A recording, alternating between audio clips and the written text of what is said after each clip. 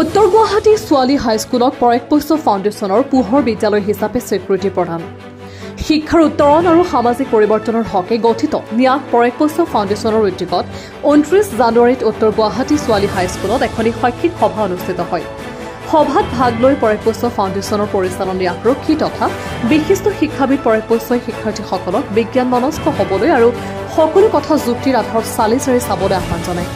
তেওঁ শিক্ষাৰ্থীসকলক প্ৰশ্ন সোধাৰ মানসিকতা অব্যাহত ৰাখিবলৈ আৰু অনুসন্ধিৎসু মনটোক নতুন চিন্তা আৰু নতুন ধাৰণা সৃষ্টিত প্ৰয়োগ কৰিবলৈ আহ্বান জনায়। তেওঁ কয় যে এটা নতুন ধাৰণাই উদ্ভাৱনৰ দিশত পৃথিৱী সলনি কৰি দিব পাৰে। বিদ্যালয়খনে অলপতে বিজ্ঞানৰ আৰ্হি প্ৰস্তুত কৰি ৰাষ্ট্ৰীয় পৰ্যায়ত সুনাম অৰ্জন কৰে। পৰাগপুষ্প ফাউণ্ডেশ্যনৰ পৰা এই প্ৰকল্পত ভাগ লোৱা 10 ছাত্ৰীক অভিনন্দন জ্ঞাপন কৰাৰ লগতে তেওঁলোকক গ্ৰন্থ উপহাৰ দিয়ে। এই প্ৰকল্পত মাৰ্গদৰ্শন দিয়া শিক্ষয়িত্ৰী দুলুমণি ৰাভাকো অভিনন্দন জনায়। বিদ্যালয়খনৰ এই সফলতাৰ বাবে আজি বিদ্যালয়খনক পৰাগপুষ্প ফাউণ্ডেশ্যনৰ পোহৰ বিদ্যালয় হিচাপে স্বীকৃতি প্ৰদান কৰে।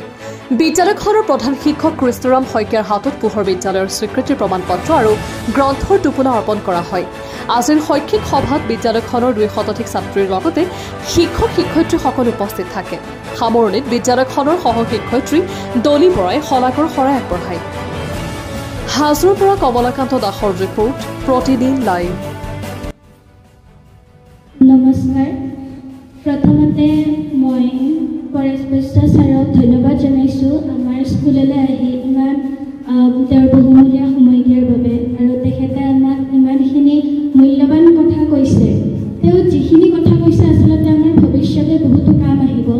তেওঁ যিখিনি কথা কৈছে আচলতে সেয়া সঁচাই মূল্যৱান কথা। আৰু যিখিনি তেওঁ কথা ক'লে যে যেনেকৈ আজিকালি আমাৰ অকল মাৰ্কশ্বিটত নম্বৰ থাকিলেই নহ'ব, আমাৰ যিখিনি ভিতৰুৱা জ্ঞান, আমাৰ সেই জ্ঞানবোৰ জগাই তুলিব লাগিব। আমাৰ বাহিৰা জ্ঞান থাকিব লাগিব। লগতে আমি স্কুলৰ কিতাপ পঢ়াৰ লগতে বাহিৰা কিতাপ পঢ়িলে সেই স্কুলৰ কিতাপত